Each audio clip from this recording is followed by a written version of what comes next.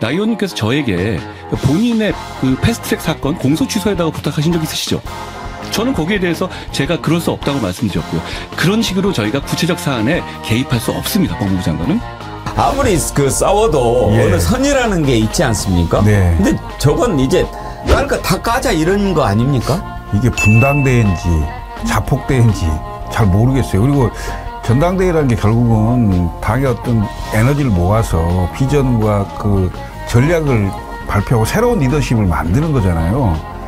그런데 전당대회 끝나고 저 당이 제대로 갈까?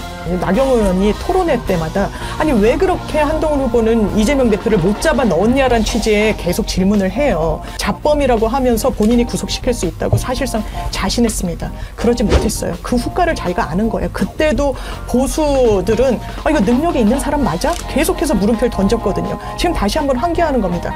이게 부정청탁에 해당되느냐? 나경원 의원의 공소 취소 요청이 해당이 된다면 지금 부메랑이 되는 거죠. 한동훈 본인이 법무장관일 때 이 부탁을 받았는데 이걸 그냥 뭉갰다는 걸로 되니까.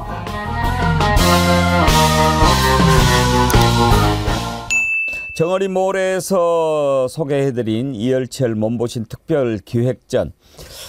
저는 슬기로운 소비생활이라고 생각합니다. 지금 도가니탕 같은 경우에 아주 인기가 좋은데요. 이렇게 날씨가 덥고 또 습하고 몸이 처지고 그럴 때 이런 것 딱 챙겨놓고 드시면 건강에 좋죠. 그런데 가격도 매우 저렴하고 그러니까 슬기로운 소비생활 잘 하실 수 있는 좋은 기회라고 생각합니다. 또 언양 불고기도 4차 사전 예약하고 있는데 이것도 반응이 뜨겁다고 하고요. 어제 도가니탕은 어제 하루에만 1000팩 이상 주문해 주셨다고 그러는데 한 분이 10팩씩 막 이렇게 구매를 많이 하셨다고 그러네요. 지금 비가 많이 오고 또 남쪽은 무더위라고 하고 건강 잘 챙기시기 바랍니다. 일부에서 조국 대표 인터뷰했는데 댓글들 많이 보내주셨는데요. 쪼사로스님이 이재명 대표 지지하시는 당원 국민 여러분, 이재명 대통령 만들기 위해서 필요한 것은 갈라치기가 아닌 중도 보수 이탈표 흡수가 필요합니다. 갈라치기 자제해 주세요. 그랬는데 예, 이재명 대표 지지하시는 분들이 조국 대표 좀 견제하시는 그런 분위기가 있나요? 미션이님, 천명님 슈퍼챗 보내주셨는데 감사드리고요. 천명님 5기로 버틸 것입니다. 정어리 때 여러분 지치지 맙시다. 그들은 우리가 지쳐버려 포기하는 것을 바랄 테니까요. 일부에서도 말씀드렸는데 요즘 지쳐 계시어요. 많이 좀 힘을 내야 되는데 어떻게 하면 우리가 힘나게 할 수 있을까? 좀 저도 생각을 많이 해보겠습니다. 하지만 저들이 원하는 게 바로 우리들 지치는 거니까요. 그걸 생각하면서 함께 하도록 하시죠. 오늘 패널 세 분 소개합니다. 장윤미 변호사님, 윤경호 퓨처미디어 연구소장님, 김철근 기획신당 사무총장님 나오셨습니다. 어서 오세요. 네, 안녕하십니까. 지금 국민의힘 전당대회 난리가 아닙니다. 뭐 서로 이게 무슨 쇼인가요? 너는 이런 죄 지었잖아. 너는 이런 죄 지었잖아. 뭐 이렇게 이제 자백쇼 하는 것 같은데 이건 개콘을 넘어서서 아주 무슨 남양 특집 뭐 보는 것 같기도 합니다. 한동훈 후보가 나경원 후보한테 당신 나한테 법무부 장관한테 그거 부탁했잖아. 그런 얘기 했는데 그 장면 한번 보시죠. 나 의원님께서 저에게 본인의 그 패스트트랙 사건 공소 취소에다가 부탁하신 적 있으시죠? 저는 거기에 대해서 제가 그럴 수 없다고 말씀드렸고요. 그런 식으로 저희가 구체적 사안에 개입할 수 없습니다. 법무부 장관은. 그거는 구체적 사건이 아니라요. 실질적으로는 그거는요. 저의 유무죄에 관한 것이 아니라 우리 헌법과 법치를 바로 세우느냐 아니냐의 문제입니다. 저의 유불리는 중요하지 않다고 생각을 합니다. 저렇게까지 할 수 있다니. 근데 장윤미 변호사님, 네. 공소 취소가 뭐예요? 공소 취소는 일단 기소가 된 사건, 그러니까 재판에 넘겨진 사건과 관련해서 이 부분이 공소 유지가 어렵다거나 그 부분이 부당하다라고 하면 전격적으로 이제 취소를 하는 건데요. 기소를 해놓고. 네, 예. 지금 공소 취소라는 워딩이 나온 건 이준석 대표가 이 박정훈 대령에 대해서 기소한 부분은 공소 취소해야 된다라고 해서 한번 여론 환기가 된 적이 있고 예. 예전에도 한번 공소 취소를 수사를 한 그 YS 때 한번 있었는데 그게 아주 이례적이어서 저희가 공소 취소라는 제도가 있는 것은 알지만 실무에서 활용한다거나 그걸 모색한다거나는 하지 않을 정도 굉장히 이례적이긴 하죠. 그런데 이제 패스트 트랙과 관련해서 이게 정당의 어떤 행위였고 하니까 기소하는 게 과연 맞느냐 이런 부분을 입법부의 어떤 행위를 사법부의 단죄를 받는 게 맞느냐의 문제의식을 나경원 의원은 뭐 가졌던 것 같아요. 그러니까 이 부분은 공소 취소를 해야 된다. 근데 뭐 민주당 의원뿐 아니라 국민의힘 의원 여러 명이 지금도 재판을 받고 있거든요. 제가 알기로는 1심도 수년째 계속 중입니다. 그렇군요. 네. 김철근 총장님 정치권에 오래 되셨으니까 저런 거 보신 적 있으세요? 없습니다. 아, 정말 저 아무리 그 싸워도 예. 어느 선이라는 게 있지 않습니까? 네. 근데 저건 이제 깔 거 다 까자 이런 거 아닙니까? 제가 지금 전당대회 하는 걸 보니까요. 이게 분당대회인지 자폭대회인지 잘 모르겠어요. 그리고 전당대회라는 게 결국은 당의 어떤 에너지를 모아서 비전과 그 전략을 발표하고 새로운 리더십을 만드는 거잖아요. 그런데 전당대회 끝나고 저 당이 제대로 갈까? 저렇게 같이 당을 할 수 있을까? 이런 생각이 드는 거예요. 더군다나 지금 어찌 보면 정권이 바뀌어서 법무부 장관이 됐을 때 한동훈 장관에게 그래도 같은 당이라고 생각해서 그리고 최소한의 그 국회에서의 패스트트랙이 좀 부당하다고 생각을 해서 나경원 의원 입장에서는 이런 상황인데 이런 정도는 공소 취소를 좀 검토해봐야 되는 거 아니냐라고 같은 당에 같은 대통령을 배출한 정당의 일원이었다고 생각했기 때문에 아마 장관한테 의견을 물었을 건데 물론 장관이 그 권한이 없어요. 사실은 뭐 그 한동훈 후보가 설명을 쭉 하잖아요. 구체적 사건에 예. 대해서 뭐 개입할 수 없고 어쩌고저쩌고 얘기를 하는 건데 뭐 설령 그렇다 치더라도 그래도 마음 먹으면 할 수 있지 않냐 이런 기대가 있는 거죠. 정치적으로 이제 이런 저런 얘기를 예. 건넬 수 있는 건데 그것을 지금 전당대회장에 후보들 토론에서 당신 나한테 그런 부탁했잖아. 그게 정당하다고 생각해? 이거잖아요. 마치 과거에 노무현 대통령이 검사와의 대화를 할 때 검찰 개혁 얘기를 쭉 하니까 당신 원외위원장한테 나한테 부탁했잖아. 이 얘기 같은 거예요. 막 하자는 거잖아, 이건. 예? 막 하자는 거예요. 저는 이 전당대회를 대하는 후보, 특히 한동훈 후보의 이 태도라는 게 과연 같은 세력 내에 동지라고 하는 이런 틀을 과연 생각하고 있는 건지 이해가 안 됩니다. 정말로 안 됩니다. 이게. 뭘까요, 윤경호 소장님? 정치가 아니고 검사라서 그럴까요? 저도 그런 생각이 들어요. 그러니까 이게 검사로서의 DNA가 뼛속에 박혀 있구나. 지금 우리 김철근 총장님 말씀하셨지만 노무현 대통령한테 김영종이라는 젊은 검사였죠. 아니 형님 건 관련해 가지고 저희한테 전화하셨잖아요 라고 얘기를. 난 당신이 했던 일 나 알고 있어. 내 파일에 다 들어있어. 이런 식의 얘기를 검사들은 하잖아요. 야, 그 파일 그거 꺼내. 그 영화에서도 등장하는 대사 아닙니까? 이제 그런 생각을 하고 있다는 것 자체가 수준을 그대로 보여주는 건데, 근데 이제 아마 내일부터 바로 여기 대표 이제 투표 들어가 버리잖아요. 며칠만 더 선거운동 했으면 녹취록도 하나 까는 선수가 나오지 않을까. 특히 한동훈. 내가 당신하고 얘기할 때 이런 얘기 했잖아 하고 녹취록까지 까는 그런 지경까지 가지 않을까. 근데 이제 어저께 한 얘기, 나경원 당시 원내대표죠. 얘기했어요. 패스트 트랙 재판 이거 문제 제기했던 거 박주민 의원이 했잖아요. 이미 한 번. 근데 제가 찾아보니까 당시에 민주당 의원 5명, 그 다음에 국민의힘 의원 23명. 근데 이번에 22대 원내 다시 진입한 사람은 국힘이 6명, 민주당 2명이더라고요. 그 중에 박주민 의원 당사자더라고요. 예. 그런데도 그 문제 제기를 했어요. 근데 이렇게까지 갔으면 이거 재판을 더 이상 미룰 수 없죠. 결론을 내야죠. 아까 뭐 나경원은 자기 자신이 속한 문제임에도 불구하고 뭐 대한민국의 뭐 법치, 헌법, 뭐를 세우는 어쩌고 저쩌고 하는데 그럼에도 불구하고 정말로 잘잘못을 가리지 않을 수 없는 상황이 돼버리는 역설적인 결과가 됐다. 그런 생각이 들어요. 근데 장희명 변호사님 네. 그 공소 취소 부탁하고 그런 것은 법률적으로 어때요? 뭐 위반이 됩니까? 이게 지금 뭐 청탁금지법 위반 아니냐. 왜냐면 뇌물이란 건 어쨌든 대가 관계를 요구했을 때 거기에 상응하는 이제 금품이 가야 되는데 뭐 그런 국면은 아니었던 것 같고요. 이제 청탁금지법 위반 여부를 좀 들여다볼 수 있다라는 이야기가 나오는데 딱 떨어지는 그런 언사를 했을 것인가는 좀 물음표입니다. 아마 이제 큰 틀에서는 자기 개인 사건을 청탁하는 의미보다, 왜냐하면 현실적으로 나경원 의원 지금 여러 명의 의원들이 같이 기소가 돼서 재판을 받는데 나경원 의원 사건만 덜어낼 수는 없는 거니까요. 이제 큰 틀에서 그 취지를 설명했던 것으로 보이고, 그리고 아까 짚어주셨던 대로 공소 취소를 시킬 권한 자체가 이제 법무부 장관한테는 있다고 보기가 어려워서 이 부분이 법률적으로 문제가 될 것인가는 한번 더 지켜봐야 될 것 같고요. 저는 다만 이런 이야기는 드리고 싶습니다. 이게 어떤 맥락에서 나온 거냐면 나경원 의원이 토론회 때마다 아니 왜 그렇게 한동훈 후보는 이재명 대표를 못 잡아 넣었냐라는 취지의 계속 질문을 해요.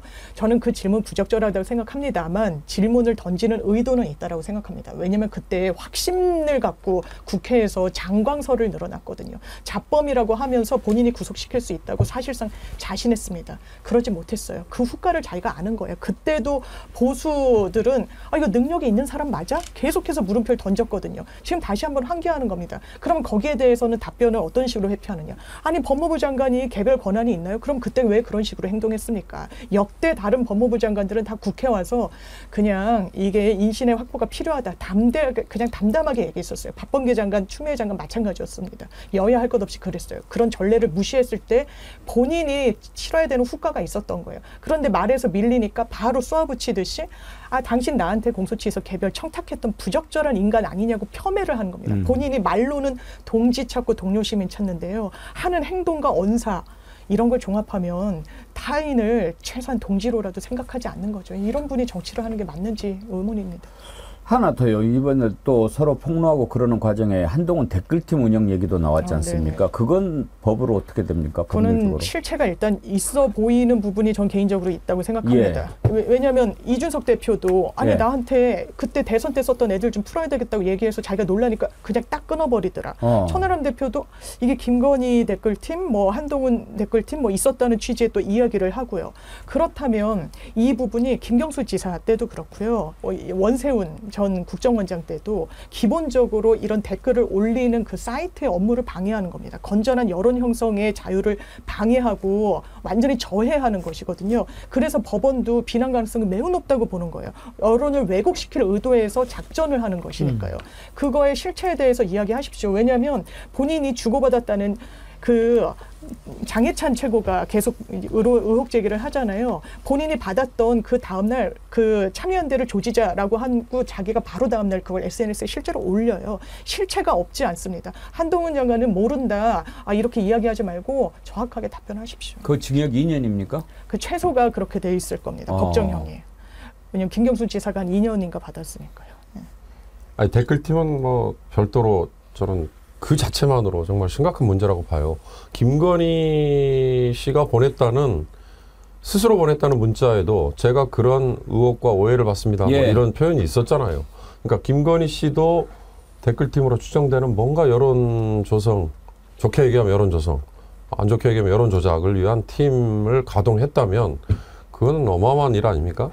한동훈 본인도 법무부 직원을 쓰지 않았다 이 얘기만 강조했으니까 다른 사람들은 썼는지 여부는 그건 해봐야 되는 거고, 아까 말씀하신 청탁금지법 있는 그대로 저도 찾아보니까 5조 1항 14호라는 규정에 공직자가 부정청탁을 받은 경우 그 내용을 신고하고 소속기관장에게, 소속기관장은 그 신고 내용을 조사하고 관련 조치를 취하도록 이런 규정이 있더라고요. 그러니까 문제는 이게 부정청탁에 해당되느냐, 나경원 의원의 공소 취소 요청이 해당이 된다면 지금 부메랑이 되는 거죠. 한동훈 본인이 법무장관일 때 이 부탁을 받았는데 이걸 그냥 뭉갰다는 걸로 되니까 모르겠습니다. 나경원 의원은 당시에는 원외였으니까 공직자의 범죄에 넣을 수 있는지 여부는 그건 별개로 봐야 될 거 아닐까 싶습니다. 근데 댓글팀 이게 운영이 사실이라면 이게 수사 대상이고 형사 처벌 대상입니다. 더군다나 이게 그 전례가 있어요. 국정원 댓글 사건도 있었고 드루킹 사건도 있었고 국민들이 이미 그걸 다 알고 있고요. 네. 민주주의의 적이죠, 적. 도저히 있을 수 없는 일인 거죠. 만약에 했다면. 그리고 정치인 자격이 없어요. 만약에 댓글팀을 운영해서 좋은 댓글이 많이 달렸다. 그 상대 기사에 대해서 안 좋은 댓글을 많이 달았다고 해서 대한민국 경제가 달라집니까? 대한민국 외교가 달라집니까? 도대체 뭐가 달라지는 겁니까? 이 댓글팀을 운영하면. 예? 본인의 무능력함을 증명하는 거 아니겠어요. 저는 이게 정치인 자격이 없는 거고요. 만약에 이게 사실이었다면 검찰 수사해야죠. 수사하고 죄가 있다면 벌을 받아야죠. 이건 그냥 둘 수 없다고 저는 생각합니다. 네. 그 나경원 후보 공소 취소 부탁한 것을 까발린 것 우리 애청자님들이 아주 날카롭게 분석을 하세요. 제2환희님, 한동훈이 저렇게 한 이유는 고차원 전략입니다. 윤하고 갈라진 마당에 윤은 한을 가만히 놔두겠습니까? 아니겠죠. 한동훈이 살기 위해서 윤통한테 나 건들지 마. 난 네가 한 일을 다 알고 있어 하고 경고, 엄포, 선수를 친 거 아니겠습니까? 대단하십니다. 정필성 님도 내가 이제 캐비넷 하나 열었으니까 더 이상 나한테 아무 얘기도 하지 마. 그럼 아무 일도 안 생길 거야. 라고 언지를 준 겁니다. 그러셨는데 아무튼 이렇게 전당대회 좀 더 오래 있다가 했으면 좋겠어요. 정말 이렇게 계속 나올 것 같으면. 예. 연장.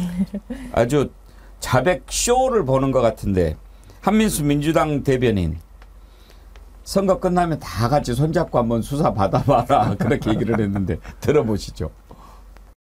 윤석열 정권이나 국민의힘 사람들은 수사나 기소를 자신들의 권리로 여기며 사적 인연에 따라 청탁도 하고 그럽니까? 이게 윤석열 대통령이 말하던 법과 원칙입니까?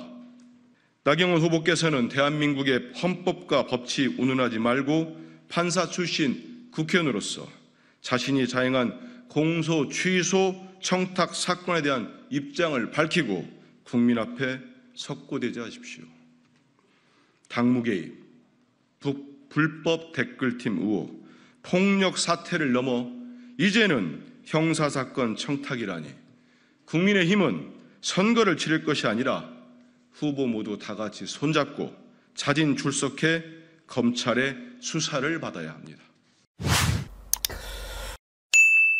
사실 저도 말하고 마침 했거든요. 이 얘기를 괜히 했다라는 생각을 했었어요. 한동훈 후보가 굉장히 해야 될 말과 하지 말아야 될 말, 이런 부분에 대한 분별이 없는 것 같습니다. 내가 살기 위해서는 누구든지 흔들고 너 막 법 얘기할 게 아니라 우리 편을 지켜야지 이렇게 얘기하는 형국이란 말이에요. 그러면 같이 범죄를 저지르자라는 얘기로 저는 들리는데 제가 잘못 들은 겁니까? 저는 참 이 보수 정당, 특히나 이 법조인 출신들이 얼마나 법을 자의적으로 또 내지는 본인들의 이익을 위해서 써왔는지가 이번 이 범죄 폭로대회를 통해서 국민 앞에 그 민낯이 다 드러나고 있는 거 아닌가. 뭘 해도 상관없고 자기는 오히려 심판자의 위치에 서 있기 때문에 뭘 해도 자기 멋대로 적용할 수 있다는 사고방식을 보여주는 거라고 저는 생각해요. 이런 식으로 다 톡톡 다 폭로를 해버리면 누가 한동훈 대표가 되더라도 속내를 얘기할 수 있으며 깊은 얘기를 어떻게 하겠어요. 언제 저자가 돌변할지 모른다는 생각을 할 텐데 맞습니다. 신뢰가 완전히 무너져 버리는 거잖아요.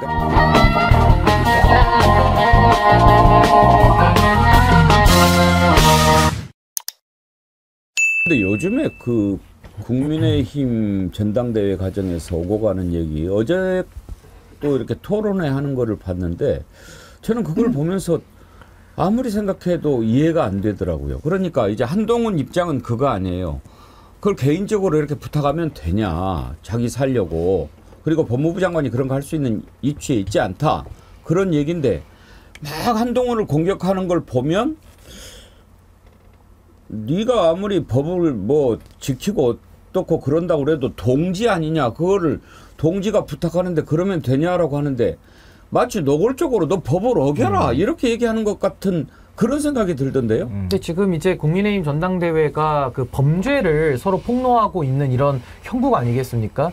결국에는 나경원 후보가 그 패스트트랙 사건 관련해서 본인이 연루돼 있는 사건인데 법무부 장관한테 그 공소를 취소해달라라고 부탁한 건 확인이 됐고요. 이건 청탁금지법 위반 사항이고 거기에 대해서 이제 한동훈 후보는 이제 폭로를 한 것이죠. 뭐 거기까지는 좋았는데 그 다음날 한동훈 후보가 본인의 폭로를 또 사과를 하더라고요. 그렇다면은 본인이 정의롭게 폭로할 땐 또 언제고 이제 와서 사과한다라는 것은 또 범죄를 또 은폐해 주자는 건가 뭐 이런 생각도 들기도 하고 심지어 한동훈 후보는 본인이 검사 시절에 대검에서 반부패 3부장 할 때 이게 2019년도 하반기에 있었던 일이거든요. 그리고 기소를 한 게 2020년 1월 달인데 한동훈 검사가 여기에 많이 연루가 돼 있습니다. 본인이 잘못했다 그래가지고 나경원 의원 다 기소해놓고 이제 와가지고 폭로 뒤에 갑자기 꼬리를 내리면서 사과를 하는 것은 도대체 한동훈이라는 자는 법에 대한 본인의 소신 내지는 기준이 없는 사람 아니냐. 본인이 유리할 때 불리할 때에 따라서 법률 해석을 왔다리 갔다리 하는 매우 신뢰성이 없는 사람이다라는 것을 좀 그대로 보여줬다라고 생각합니다. 한동훈 후보가 당대표가 돼도 아마 끊임없이 질문을 받을 거예요. 그거 불법행위입니까 아닙니까? 이런 질문 계속 받을 거거든요. 근데 그 아니라고 얘기하기 굉장히 애매한 상황이 돼버렸다. 그러니까 자기 스스로 뭐 구덩이를 파고 들어갔다 이렇게 해도 과언이 아닌데요. 말씀하셨던 것처럼 청탁금지법 얘기하고 김건희 여사 명품백 얘기 나올 때마다 우리가 얘기하잖아요.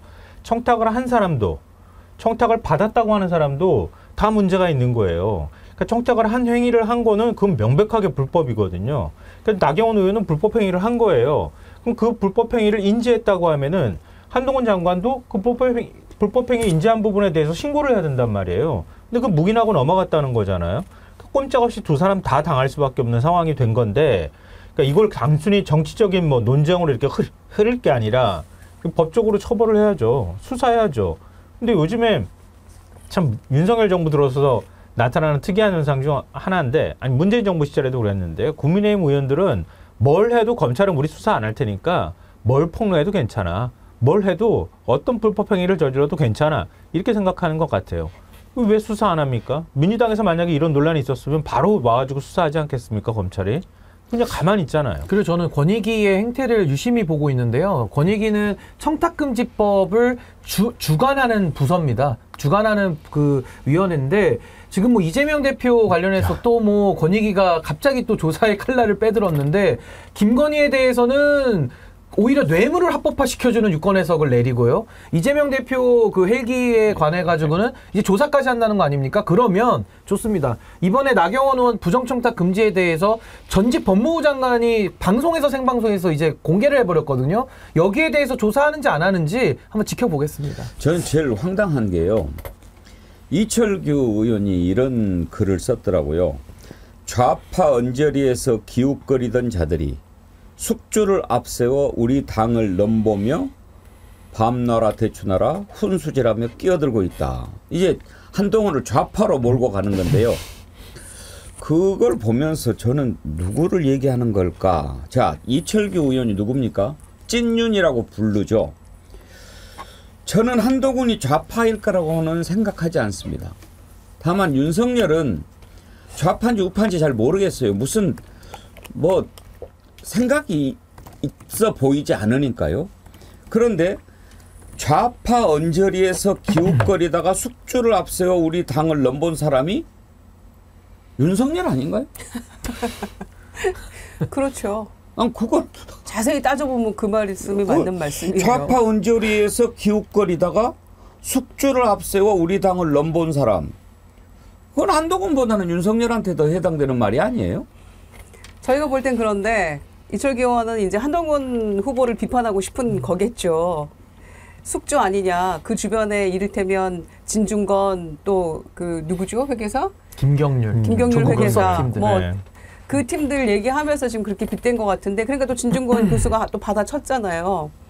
영부인을 숙주 삼아 호가호위하면서 하는 뭐 그런 세력들에 대한 비판을 또 바로 받아쳤더라고요. 내 스스로 먼저 전화 한번 한 적 없다. 다 내가 전화 받은 거다. 이렇게 얘기를 했던데, 뭐 분당대회라는 얘기도 나오고 자폭, 자해 얘기, 온갖 얘기 나옵니다만은 그냥 전당대회 7월 23일 이후는 생각 안 하는 것 같아요. 지금 서로 공격하는 것만 그냥 그 이유는 난 모르겠고 이렇게 하는데 뭐 민주당으로서야 줍줍하는 거죠. 그냥 이 불법들을 가지고 저희가 다 지켜보고 있기 때문에. 그런데 본인들이 지금 서로 이렇게 상처 주고 문제되는, 법적으로도 문제되는 말들을 이렇게 아무렇게나 할 수 있다는 거에 일단 굉장히 놀라고 있습니다. 근데 윤석열은 저는 좌파도 아니고 우파도 아닌 것 같은데요. 아마 술을 좋아하니까 안주 많이 먹잖아요. 주사파죠. 아니요, 그게요. 주사파도 있지만 요즘 쓰는 말 중에 푸드파이터라고, 푸파라고 많이 먹는 사람들. 그래서 우리 윤석열은 제가 봤을 때 좌파 우파가 아니고 뭐 주사파도 맞지만은 푸드파이터, 푸파다. 푸파. 예, 많이 잡수시니까요. 아이고 참. 생각이 이제 없으니까요. 예. 이철규 의원이 경찰 시절에 정보통이었어요. 예. 그러니까 이런 사람들의 인식은 그냥 좌우로 가르거나 누구 학생운동 세력 이런 것들 잡으러 다녔다고 하는 그 머릿속에 이게 꽉 박혀 있는 거예요. 세상이 그런 시각으로만 바라보는 그런 게 있는 건데요. 근데 더 흥미로운 건 원희룡 후보는 괜찮아요? 원희룡 후보 학생 시절에 학생운동했잖아요.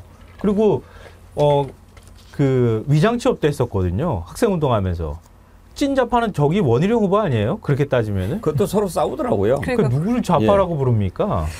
좌파 오늘은요 법에 대해서 한번 좀 생각을 해보려고 마음을 먹었어요. 그러니까 법을 나는 지켰다 이렇게 얘기하는데 야 그때는 우리 편을 들어야지 법을 지키면 되냐 이렇게 지금 싸우는 거잖아요. 그게 어쩌면 저렇게 똑같을까? 지금 최혜병 순직 외압 사건, 수사 외압 사건도 그런 거 아니에요? 법대로 처리하려고 하는 사람을 자신의 사적인 어떤 이익과 목적을 달성하기 위해서 뒤집으려고 하다가 들통이 나니까 이제 또 온갖 방법을 다 쓰고 있는 것. 이게 지금 본질 아닙니까? 근데 어쩌면 그것이 이렇게 또 똑같이 닮았는가? 그런 생각이 들어요. 얘기 나온 김에 한동훈과 나경원 두 후보 간에 오고 갔던 얘기를 한번 잠깐 들어보죠. 거기 말씀드린 것처럼 그 말이 나경원 후보님이 저한테 법무부 장관이 왜 이재명 구속 못 시켰냐를 계속 반복해서 물으셨잖아요. 그걸 좀 설명을 계속 드리는 과정에서 여러 날에 걸쳐 설명드리는 과정에서 예시로서 든 거였는데요. 준비 안 된 상태에서. 사실 저도 말하고 아차 했거든요. 이게 이 얘기를 괜히 했다라는 생각을 했었어요. 제가 그 점에 대해서 제가 신중하지 못한 점을 죄송하다는 말씀을 드렸다라는 정도로 말씀드리죠. 예, 나경원 후보 얘기도 들어보죠. 한동훈 후보가 굉장히 해야 될 말과 하지 말아야 될 말, 뭐 이런 부분에 대한 분별이 없는 것 같습니다. 좌충우돌하는 것 아닌가 이렇게 보고요. 동지의식이 없고 내가 살기 위해서는 누구든지 흔들고 누구든지 위험으로 궁지로 몰아서 나만 살아야 되겠다. 이런 생각이 있으면 사태는 심각해지는 거죠. 이제 저 부분의 본질을 생각해 보려고 합니다. 나경원 후보가 분별이 없는 것 같다라고 얘기했는데 분별력도 그렇고 경솔한 것은 아마 본인도 부인하지 못할 겁니다. 한동훈 보면 참 경솔하죠. 경박해요. 어떤 기자도 지적을 했던데 이 토론할 때 상대방 얘기를 30초를 못 듣는다는 거예요. 그러니까 10초마다 끼어들고 그냥 뭐 좀 기다렸다가 자기 답변을 하면 되는데 그건 아니고 막 이렇게 설명을 하려고 하는 그 경솔함, 경박함. 그 경솔한 것은 이미 이제 호가 나 있으니까 뭐라고 얘기할 수 없는데 다만 여기에서 지금 문제가 되는 것은 그 경솔함만 지적하면 괜찮겠어요. 아무리 그래도 우리의 치부를 그렇게 드러내면 되느냐. 이렇게 하면 좋은데 이제 슬쩍 분위기가 당심을 움직일 것 같으니까 너 막 법 얘기할 게 아니라 우리 편을 지켜야지 이렇게 얘기하는 형국이란 말이에요. 그러면 같이 범죄를 저지르자라는 얘기로 저는 들리는데 제가 잘못 들은 겁니까? 아니 그러니까 지금 이 한동훈을 비롯한 이 검사 출신 정치인들의 가장 큰 문제점이 법을 자기를 위해서 쓰거든요. 그러니까 쉽게 말하면 법이라는 것이 힘을 갖고 권위를 갖기 위해서는 보편성과 일반성이 있어야 되는 겁니다. 예.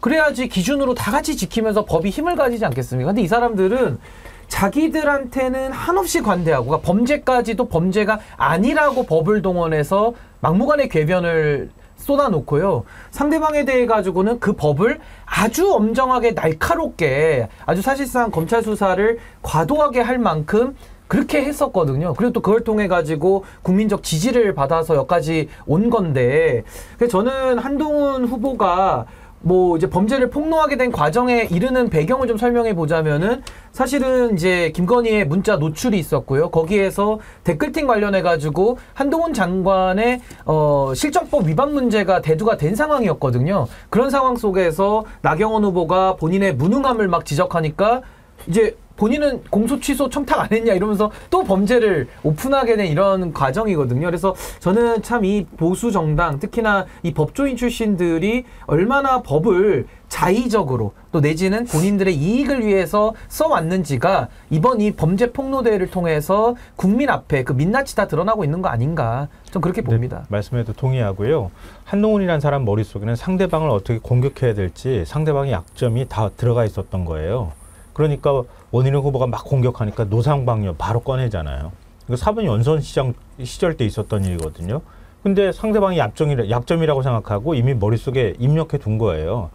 나경원 의원 나를 이렇게 공격할 때 내가 나경원의 약점을 알고 있어. 이런 식의 것들을 머릿속에 가지고 있었던 거예요. 어떻게 이렇게 그냥 준비도 안 된 말이 툭 하고 튀어나옵니까?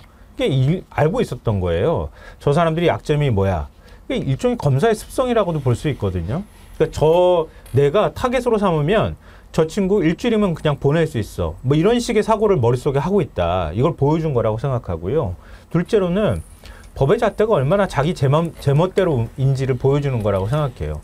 말씀하셨던 것처럼 한동훈이라는 사람은 내가 불법행위를 인지하고 있어도 또 상대방이 불법행위든 아니면 내가 그걸 신고하지 않으면은 불법행위가 될 수 있다고 생각하지만 그냥 넘어가는 거예요.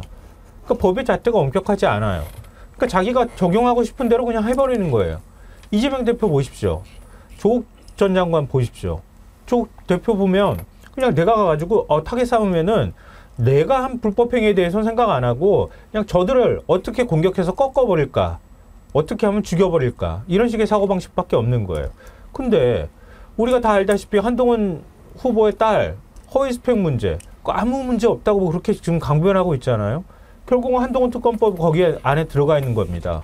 이런 식으로 자기는 뭘 해도 상관없고 자기는 오히려 심판자의 위치에 서 있기 때문에 뭘 해도 자기 멋대로 적용할 수 있다는 사고방식을 보여주는 거라고 저는 생각해요. 예. 이걸 하나만 더 추가하면 조국 이재명 대표에 대한 수사도 있고요. 또 하나는 과거의 보수 세력에 대해서 수사를 완전히 잔인하게 했던 사람들이 이 한동훈, 윤석열 검찰이거든요. 하나만 더 말씀드리면은 댓글 관련해서도 윤석열 대통령이 과거 11년 전에 댓글 수사 민주주의의 적이라고 외치면서 수사 외압을 폭로할 정도로 강력하게 수사해야 된다라고 외쳤던 그 사안인데, 지금 본인들이 김건희 댓글팀, 한동훈 댓글팀 하는 거 보십시오. 본인들은 그 댓글팀 돌렸다라는 거에 대해서 검찰 그 자리에 있을 때 엄정하게 수사해서 많은 사람들 인신구속까지 시켰는데 그거 잘한 거죠. 그럼 본인들이 댓글팀을 돌리면 그게 말이 됩니까? 근데 본인들은 돌리면서 그조차도 수사하지 않는. 그러니까 저는 이런 이율배반성에 대해서 이제 국민들이 지긋지긋하다, 이제 넌달머리가 난다라고 이야기할 것 같습니다. 그러니까 우리가 그거 잘 지금 예의주시하고 있고요. 그 댓글 그다음에 공소 취소한 이런 건까지를 다 모아가지고 홍준표 시장이 아예 완결판으로 만들었더라고요. 쭉 나열해가지고 한동훈은 소시오패스다 이렇게 아예 정리를 해놨어요. 그래서 이 법적인 것들은 우리가 전당대회 끝나고서도 민주당이 유심히 살펴서 이거 고발하고 또 수사할 것들은 반드시 챙겨야 된다 이렇게 보고요. 특히 댓글팀 같은 경우에는 본인들은 뭐 아무 일도 없는 것처럼 얘기하고 있지만 또 심지어는 뭐 양문석 편드는 겁니까? 막 이런 얘기까지를 막 했잖아요. 그런데 분명히 문제가 있어 보이기 때문에 잘 챙겨야 된다 이렇게 생각하고요. 나경원 후보가 이제 지금 이 패스트트랙 관련 선진화법 위반으로 지금 4년째 그 민주당 의원 전현직 의원 한 5명 정도 포함이 돼 있거든요. 4년간 1심 계류 중이에요. 그러니까 이제 법원도 국회에서 조금 알아서 했으면 좋겠다 이런 생각도 가지고 있는 게 맞는 것 같긴 한데, 원외위원장일 때 한동훈 법무부 장관한테 부탁을 한 거잖아요. 2022년인가?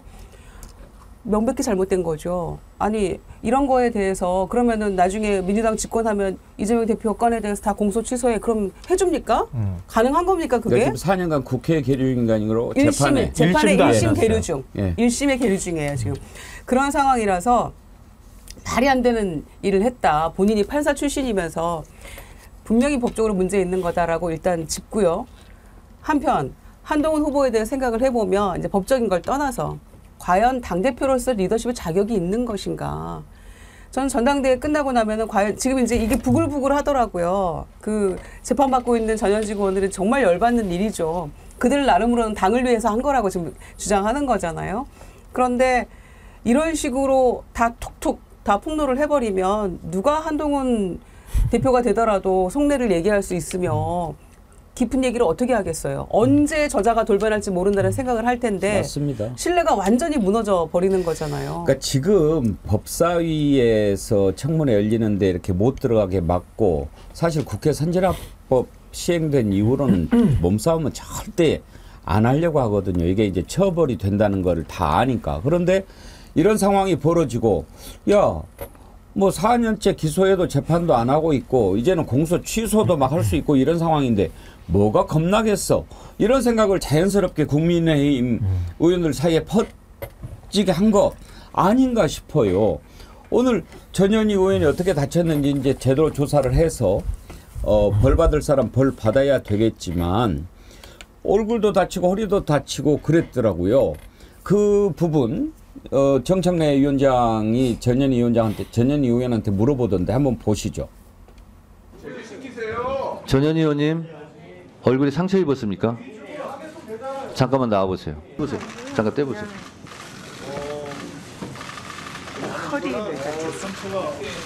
허리가 안 좋습니까?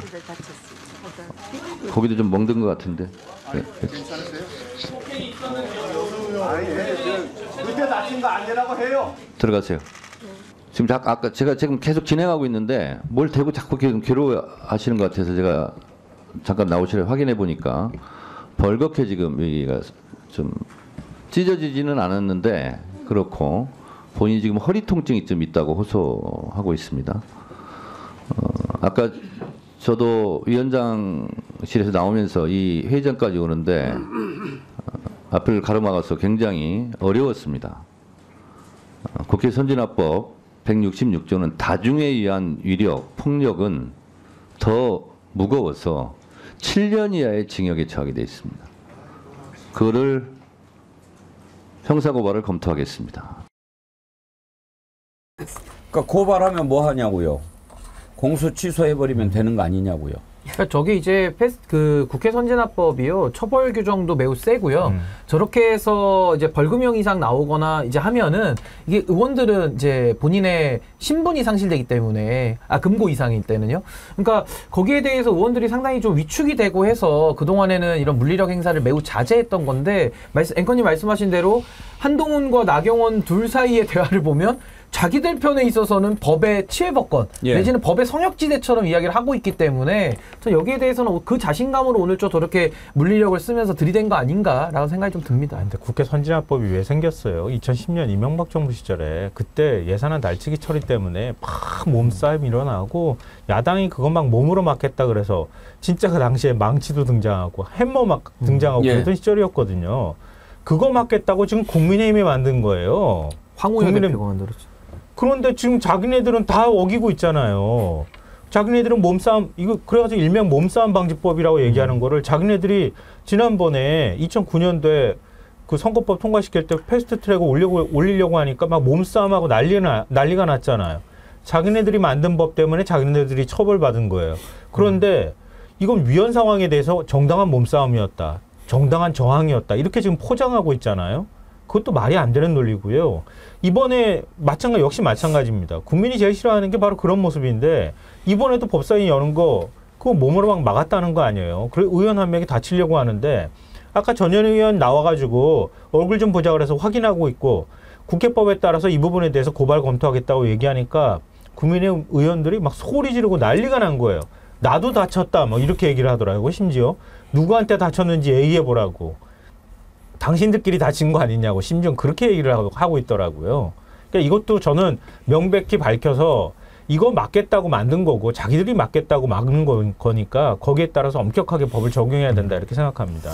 근데 이제 오늘 청문회를 보면서 드는 씁쓸한 생각 또 걱정 이런 게 뭐냐면요. 지금은 중계를 어디 하고 있나요? 뭐 유튜브에서 보면 MBC 유튜브가 하고 뭐 그러는데 혹시 YTN 연합뉴스 이런데 또 다른 공중파 중계 안 하죠?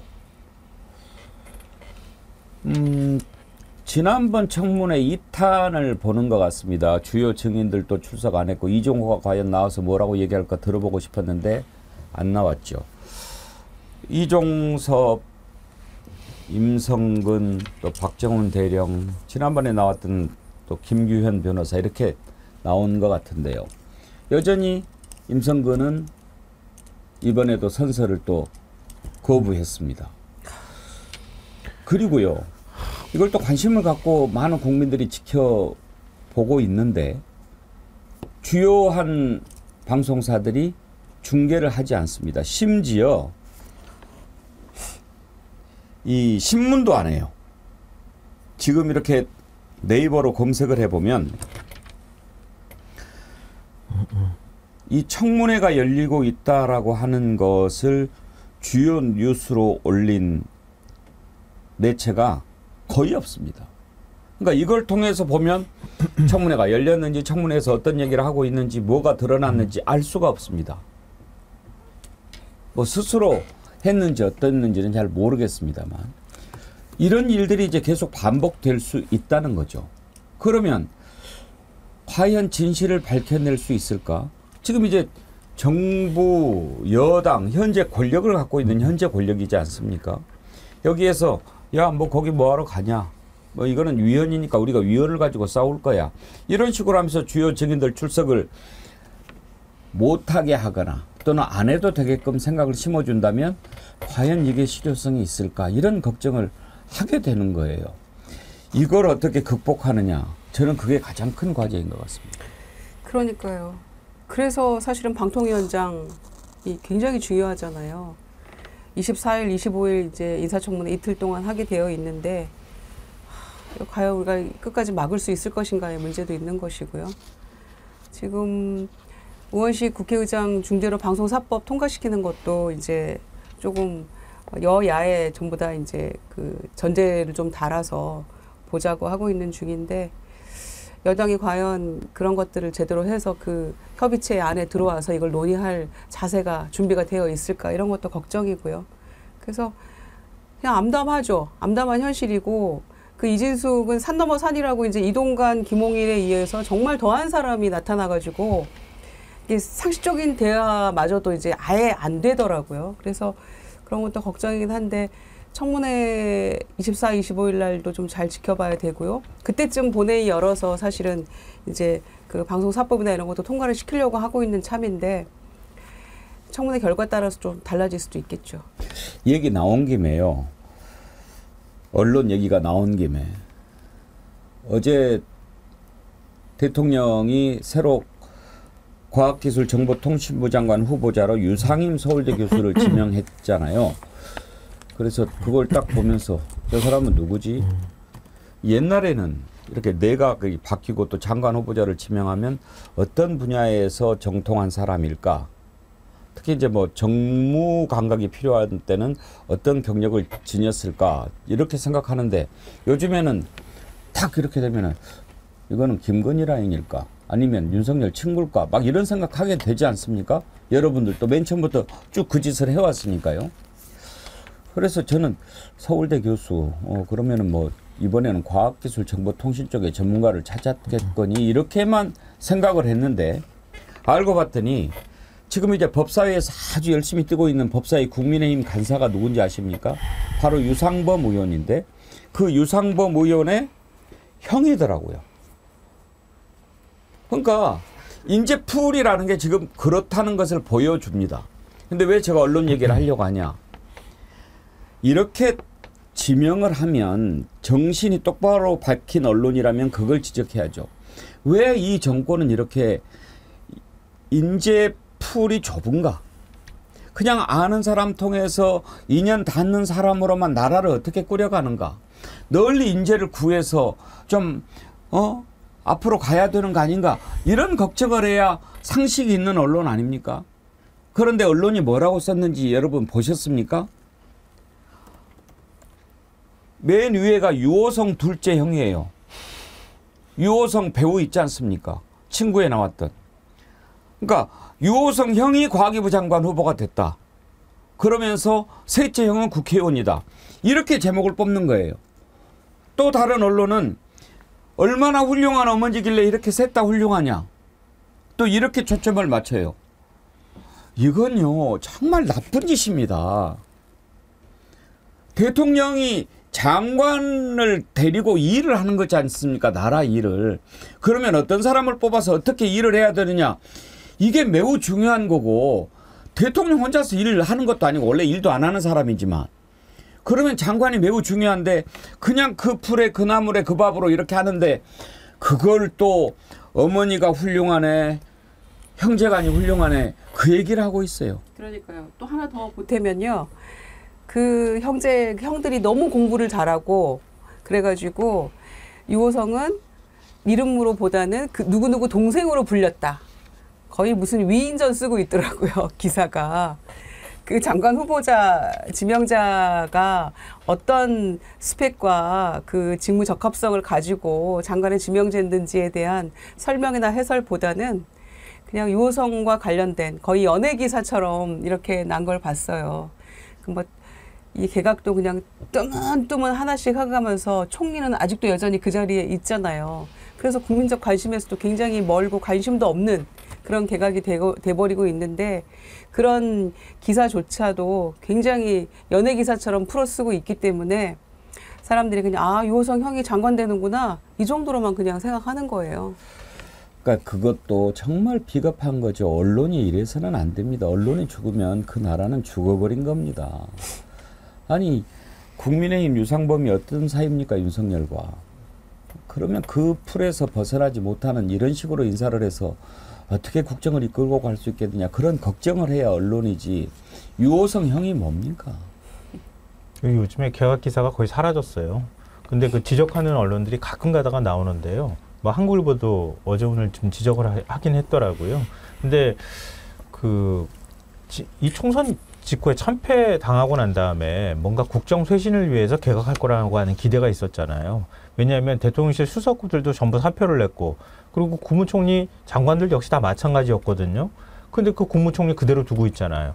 그리고 가장 핵심 중에 핵심이라고 하는 이상민 행안부 장관 유임할 것 같다고 하는 소리가 벌써 나오거든요.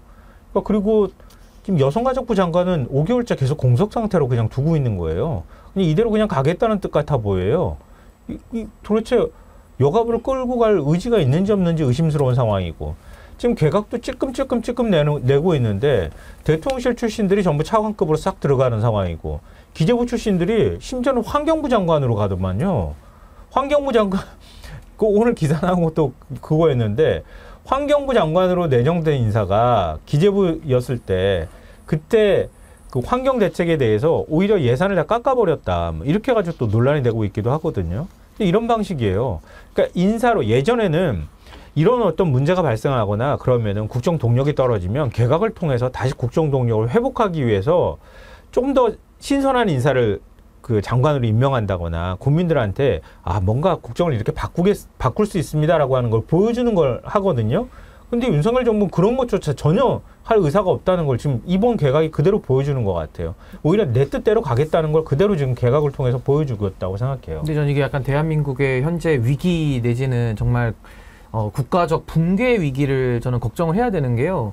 윤석열이라고 하는 이 대통령 자리에 있는 사람 자체가 전혀 국정 운영에 관심이 없고 누가 장관이 오더라도 국정 운영을 안 하니까 아무 관심이 없는 거예요. 그 효과도 없고 그리고 들어가는 면면들도 쓰레기차 지나가면 똥 차오는 격이거든요. 그러니까 더 나빠지니까 국민들은 아예 그냥 윤석열 정부 이러면은 그냥 기대를 접어버렸다. 그럼 나머지 이제 30%가 그냥 콘크리트로 뒷받침해주는 국정 운영을 하고 있는 건데 그럼 남은 앞으로의 2년 반은 뭘 할 것이냐. 현재까지 드러난 본인들의 이 범죄 혐의 그리고 드러났던 여러 가지 국정의 실책들을 아주 결사적으로 여론을 막거나 여론을 호도하는 쪽으로만 이 남은 힘을 갖다가 쓸 것으로 지금 예상되고 그렇게 하고 있기 때문에 정말 저는 국가적인 붕괴 위기를 현실적으로 느끼고 있다는 생각이 들고요. 저도 오늘 아침에 정말 점잖으신 공무원으로 법관 생활 오래 하신 변호사님 전화를 받고 참 저만 그런 게 아니라는 걸 느꼈는데 진짜 나라 걱정을 하시더라고요. 그러면서 그분이 저에게 해주신 용기와 격려는 신 변호사 방송을 자기가 또 따라다니면서 지금 듣고 있다.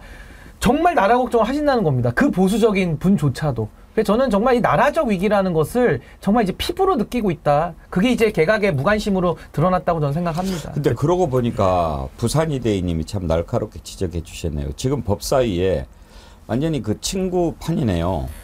영화 친구 가족 맞네.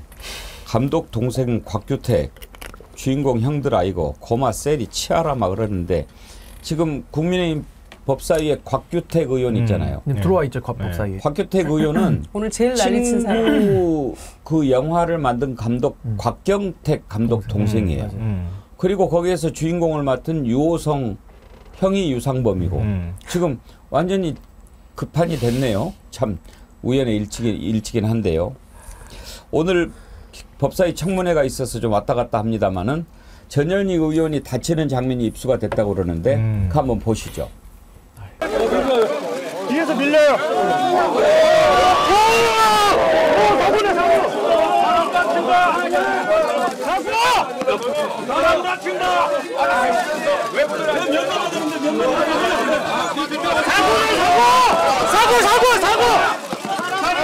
사고 났다고. 사람 다친다. 사고.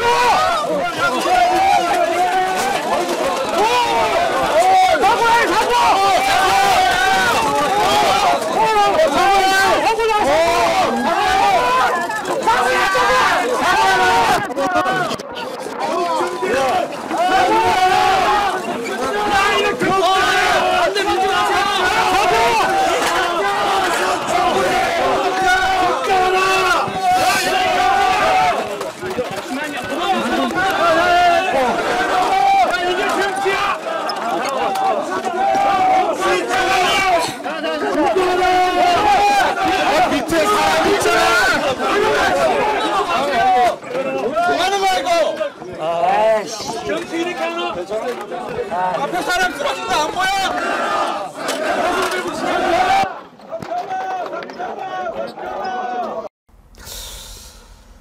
저런 모습을 다시 보게 될 줄은 몰랐네요, 김유정 의원님. 그러니까 저희 때 하던 거거든요.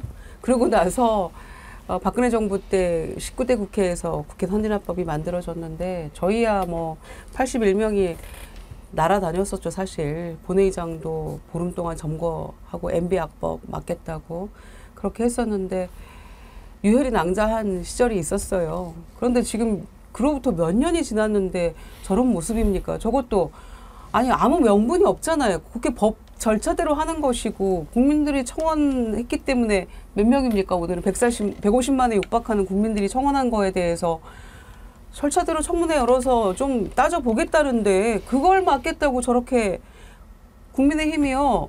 원구성 협상에 동의 안 하고 안 들어올 때가 편했다는 생각이 새삼 듭니다. 입법 청문회 때 생각하니까요. 지금 뭐 어떤 상황인 줄은 알겠습니다. 저런 상황이니까 그 와중에 이제 회의장에 들어가는 과정에서 전현희 의원이 허리하고 얼굴을 다친 것 같은데 뭐 너무 혼란스러워서 우리가 그 다치는 장면은 볼 수가 없었습니다만은 저걸 보면서 김성환 평론가님 오늘 나온 사람이 별로 없잖아요. 김건희가 나온 것도 아닌데 저런 식으로 한다면 앞으로 얼마나 험난할까 저는 그런 생각이 드네요. 그러니까 지금 국정을 이렇게 마비 상태로 가고 극단화시키는 거는 민주당이 여론을 등에 업고 이렇게 만들고 있다. 국민의힘 쪽에서 그렇게 주장하잖아요. 제가 볼 땐 거꾸로 국민의힘 당대표 후보들 스스로가 자기 입에서 탄핵을 그냥 아주 서슴없이 얘기하고 있거든요. 이 얘기는 뭐냐면 기정사실화 시켜놓은 거예요. 아, 탄핵으로 탄핵 소추안 발의할 거야. 이렇게 자기들이 생각하고 자기들은 108석이라고 하는 마지노선을 딱 정해놓고 여기서 그냥 똘똘 뭉쳐서 버티기 할 거야. 이런 의도로밖에 안 보여요. 제가 볼 때는 만약에 저런 상황 같으면은요, 국민의힘 의원들이 법사위에 들어오면 안 되는 거예요. 그렇지 않습니까? 법사위 회의를 막기 위해서 저렇게 몸싸움을 해서 법사위에 들어오면 안 되는 거잖아요. 근데 법사위 회의에 또 버젓이 들어와요. 그런데 왜 몸싸움을 합니까? 들어와가지고 얘기하면 되는 거 아니에요? 들어와서 부당하다고 얘기하면 되는 건데 굳이 앞에서 몸싸움을 하는 것은 보수층이요, 이거 봐라. 우리가 이렇게 결기 있게 싸우고 있다. 이걸 보여주려고 하는 메시지의 측면이 굉장히 강하다. 그리고 용산에다가도 우리가 이렇게 잘 싸우고 있어요. 이런 메시지를 좀 계속 보내려고 하는 거라고 생각해요. 굉장히 정치적인 수를 쓰고 있다고 봐요, 저는. 그러니까 국회 선진화법 이후로 저런 장면이 사라졌거든요. 왜? 이건 벌이 너무 무섭다라고 하는 것을 알게 된 뒤로. 그런데 보십시오. 그렇게 해서 기소가 됐는데 4년 동안 재판도 안 해요. 계속 뭉개고 있죠. 거기다가 이제 정권을 잡은 뒤로는 마치 자기들이 잘한 것처럼 법을 어겼어도 우리는 정의를 위해서 싸웠다. 옛날에 운동권들인 거 지금 생각을 한 거예요. 그걸 네가 취소를 해야지. 그걸 안 해놓고 뭘 잘했다고 큰 소리를 쳐 이렇게 몰아붙이니 이런 와중에 선진화법이 뭐가 두렵겠냐고요. 바로 그런 선상에서 오늘 사태를 봐야 되는 거 아닙니까? 그렇죠. 그러니까 아까 말씀드린 대로 법이라는 것을 정말 자신에게 유리한 마치 수단이나 도구화를 하고 있는 그 전형과 그 민낯이 드러나고 있는 건데요. 저는 지금 아까 우리가 초반에 이야기할 때 많은 분들이 이제 지치지 말자, 많이 힘들다 이런 이야기를 하셨는데 저는 뭐 그 심정은 이해합니다만은 저는 앞으로 머지않아서 저는 이제 정의가 구현될 수밖에 없다라는 것을 제가 용기차 말씀을 드리자면은 힘납니다. 김건희 여사가 그 전화에서 이런 말 했던 게 기억나실 거예요. 권력은 적은 내부에 있다. 뭐 이런 얘기를 했었거든요. 지금 국민의힘 전당대회가 한창인데 서로 범죄를 폭로하면서 서로 목줄을 죄고 있잖아요. 그래서 저는 멀지 않은 기한 내에 이제 국민의힘이 내부에서부터 서로 적대화하면서 서로 무너질 것이다. 이 권력 기반이 스스로 무너질 수밖에 없다. 그래서 저는 아까 저 국회에서 몸싸움하면서 저 소리 지르신 분들 있잖아요. 저분들 정말 역사에다 기록으로 남겨야 되는 것이고 머지않아 이제 이 일이 끝날 건데 그때 저는 끝까지 책임들을 다 물어야 될 것이다. 정치적, 법적 책임을요. 그래서 저는 멀지 않았기 때문에 저는 국민 여러분들께서 좀 다소 이제 그 새벽이 햇빛이 떠오르기 전에 가장 어둡다는 말처럼 조금만 저는 더 힘내시면 된다. 내부가 무너지고 있다. 저 그 말씀으로 용기를 드리고 싶습니다. 감사합니다. 그 특권층이 생기면은요, 자기들이 멋대로 해도 된다고 하는 사고방식이 생기거든요. 그러니까 얼마 전에 이재명 대표 재판과 가지고 보수 신문에서 얼마나 공격했어요. 보수 매체에서 재판 지연시키고 있다고 얼마나 이재명 대표 비난했습니까? 조롱하기도 하고. 그렇게 조롱하던 사람들이 자기들 문제에 있어서 4년째 1심 판결도 안 나오는 거에 대해서 입도 뻥끗 안 하는 거예요. 그 재판부가 왜 그러면 1심 결과 안 내놓습니까? 왜 판결을 안 합니까? 이렇게 얘기를 물을 수 있는 거 아닙니까? 그런데 그런 거에 대해서는 아무 말도 안 하는 거예요. 그러니까 자기들이 원하면 원하는 대로 다 멋대로 하고 싶은 대로 하겠다는 뜻이에요. 그러니까 이게 얼마나 공고화된 세력인지를 아주 여실히 보여주는 것이다. 그러니까 민주당이 뭐 여러 가지 검찰 개혁도 하지만 이렇게 공고화되어 있는 것, 특히 자기네들 입으로 카르텔이라고 얘기하는 것들을 진짜 카르텔을 깨는 작업을 민주당이 해야 된다. 좀 그렇게 생각합니다. 제가 지치지 않겠다. 저부터 절대 지치지 않겠다라고 말씀을 드리는데요. 여러분 정말 지치시면 안 됩니다. 이제 몇 년입니까? 한번 생각해 보십시오. 만약에 안 될 것 같다. 저렇게 버티는데 이런 생각에서 지쳐버렸다면 우리 대한민국 독립이 어떻게 이루어졌겠습니까?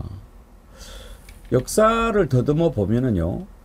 해방 전 그러니까 일제가 가장 잔혹하게 통치했던 그 기간에 창씨 개명한 분들이 꽤 많았다고 합니다. 왜? 지쳐버린 거죠. 절망한 거죠. 아, 이제는 도저히 이 나라가 독립될 가능성이 없구나. 그때 많이 이제 창씨 개명도 하고 포기하고 그렇지만 그 와중에도 포기하지 않고 지치지 않고 독립운동을 했던 그런 분들이 계셨기에 우리 대한민국 독립이 가능하지 않았습니까? 민주화도 마찬가지입니다. 정말 저 사악한 군부 독재 정권 계속될 때 그게 어떻게 민주화가 쉽게 올 거라고 생각했겠습니까? 그렇지만 지치지 않았던 그런 분들이 있었기에 닭 모가지를 비틀어도 새벽은 온다라고 믿는 분들이 있었기에 대한민국 우리나라가 민주화가 이루어진 거죠. 절대 지치면 안 됩니다.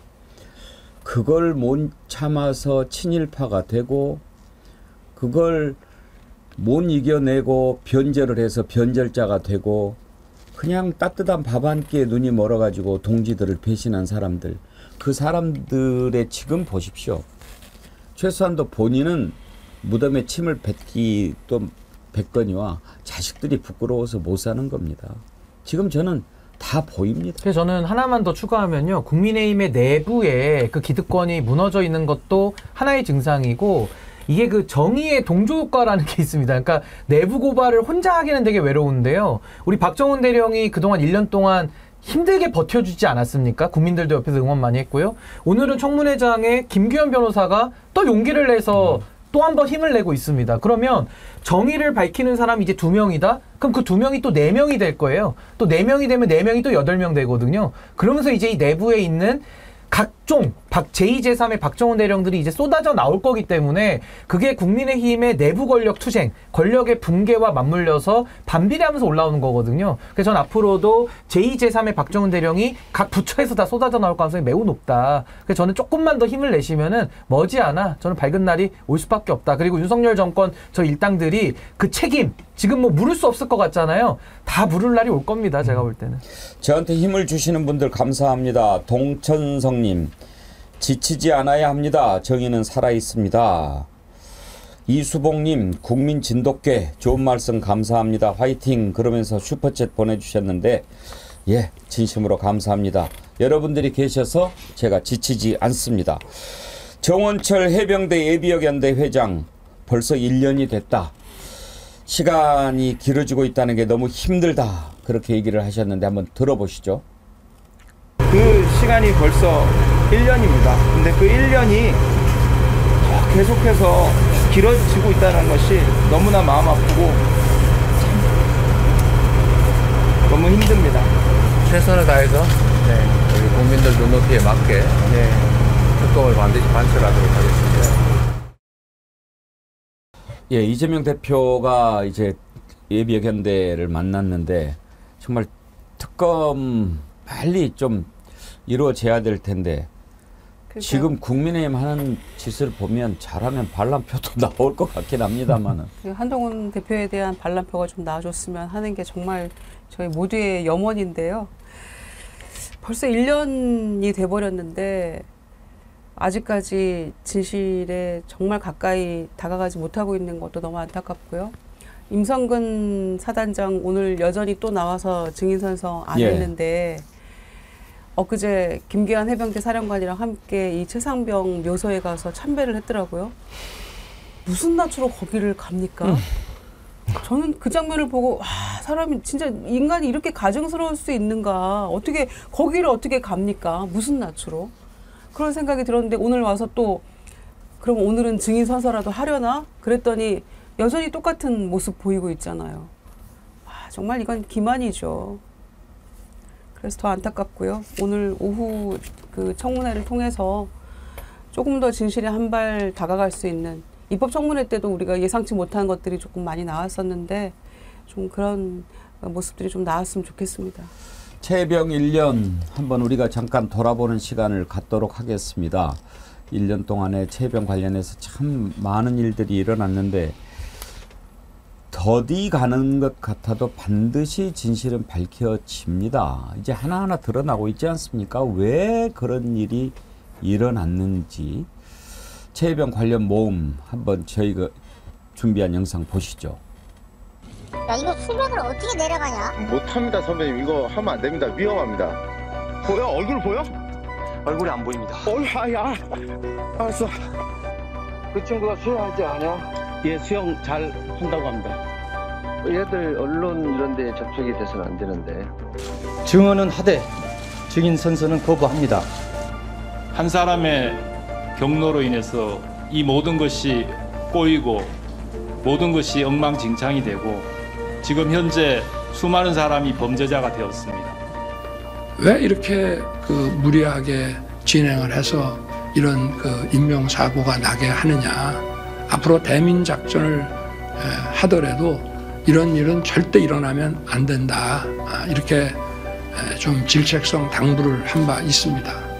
군에서 어떤 과실로 인해서 군 장비가 파손되는 사건이 일어났다고 칩시다. 또 올 게 있구나. 왜 우리가 눈물을 흘리면서 이렇게 해야 됩니까? 왜 우리가 눈물을 흘리면서 이렇게 설득해야 합니까? 우리가 잘못된 걸 요구하는 것이 아닌데 왜 우리를 이렇게 비참하게 만드십니까? 그 시간이 벌써 1년입니다. 근데 그 1년이 계속해서 길어지고 있다는 것이 너무나 마음 아프고 너무 힘듭니다. 최선을 다해서 우리 국민들 눈높이에 맞게 특검을 반드시 반출하도록 하겠습니다.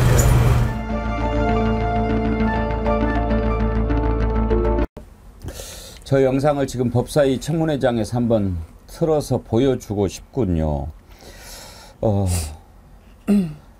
이제 드러나고 있는 진실을 보면 우리 국민들이 대충 얼개를 이제 그릴 수 있을 것 같은데 맨 처음에 이해할 수가 없었죠.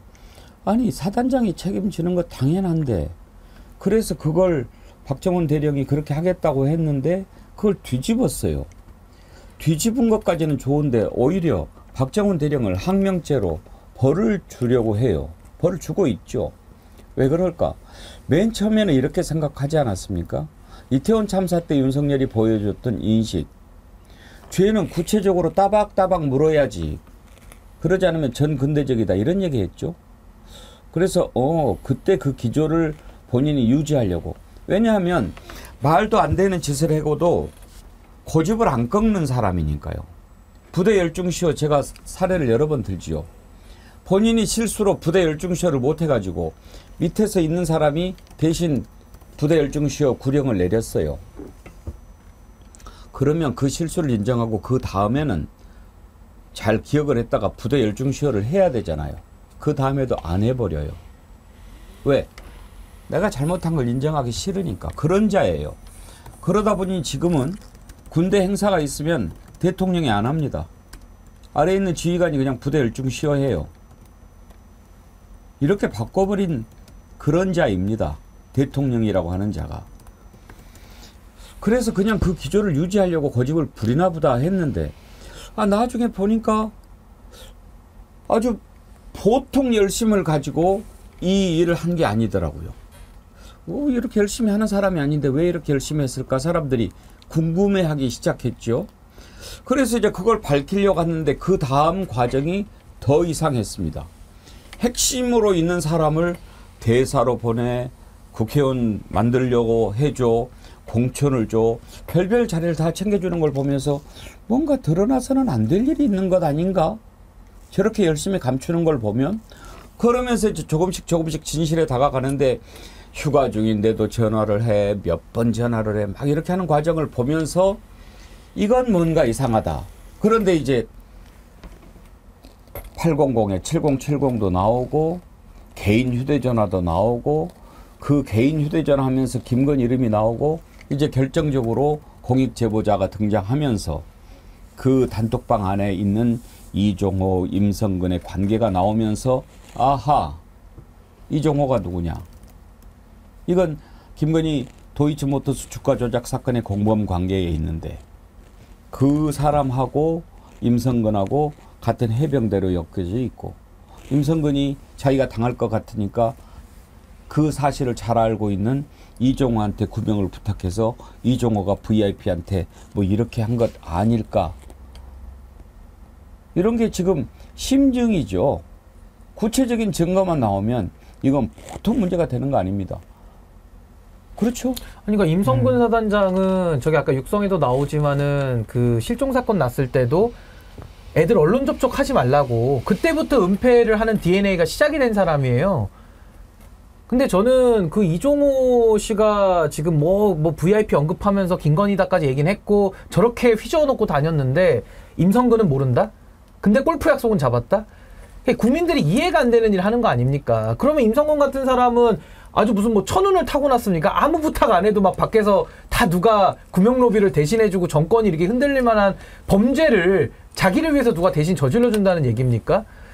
그러니까 임성근 사단장 사표 내지 말라고 다 말렸다라고 한다라는 얘기를 벌써 이종호 또 경호처 직원 송모 씨 다 얘기하고 있어요. 그렇게 해서 이미 증거가 차고도 넘치게 이미 세상 앞에 나왔는데 아직도 여전히 거짓말을 하기 위해서 청문회에 나와서 선서도 안 하는 임성근. 이런 자를 어떻게 풀어놓고 다닐 수 있겠습니까? 당장 공수처에서는 인신구속하고 핸드폰 압수하고 범죄의 진실을 밝히기 위한 노력을 해야 되지 않습니까? 근데 그건 안 한다? 그러자 공수처에는 또 이종호 변호인 맡았던 사람이 또 공수처 검사로 가 있다? 이 나라입니까 이게? 이러면서 특검을 안 한다? 공수처를 기다리자? 정말 국민을 무시하고 개돼지로 봐도 한계가 있지 이렇게 해가지고 국민과 싸워가지고 이길 수 있는 권력은 없다. 빨리 무너뜨려야 된다. 저 그렇게 생각합니다. 국민의힘은 이제 수사 빨리 하라고 공수처를 찾아갔어요. 이재명 대표는 저기 이제 아마 저기가 제가 생각하기에는 그 청계광장 앞에 있는 소라 그 원통 그 조형물 있는데 그 앞에 지금 최혜병의 그 빈소가 마련이 돼 있어요. 그래가지고 사흘 동안 오늘까지 사흘 동안 이제 조문객들 시민들 와서 추모할 수 있도록 해놨는데 거기인 것 같아요. 그런데 공수처가 지금 이 공익제보자가 제보한 지 2주 훨씬 넘었거든요. 아무런 조치를 취하지 않고 있고 강압수사 한 적이 없어요. 이종호 씨 불렀다는 얘기도 우리가 들었습니까? 전혀 아무것도 안 하고 있어요. 심지어는 그 제보자 얘기에 따르면은 공수처 수사관들이 그 내부에서 우리가 외압을 느낀다. 국회 앞에 가서 1인 시위라도 하고 싶다. 이렇게 얘기를 했다는 거잖아요. 그냥 뭐가 진척이 안 되고 있다는 거를 다 반증하는 그런 증언들이고요.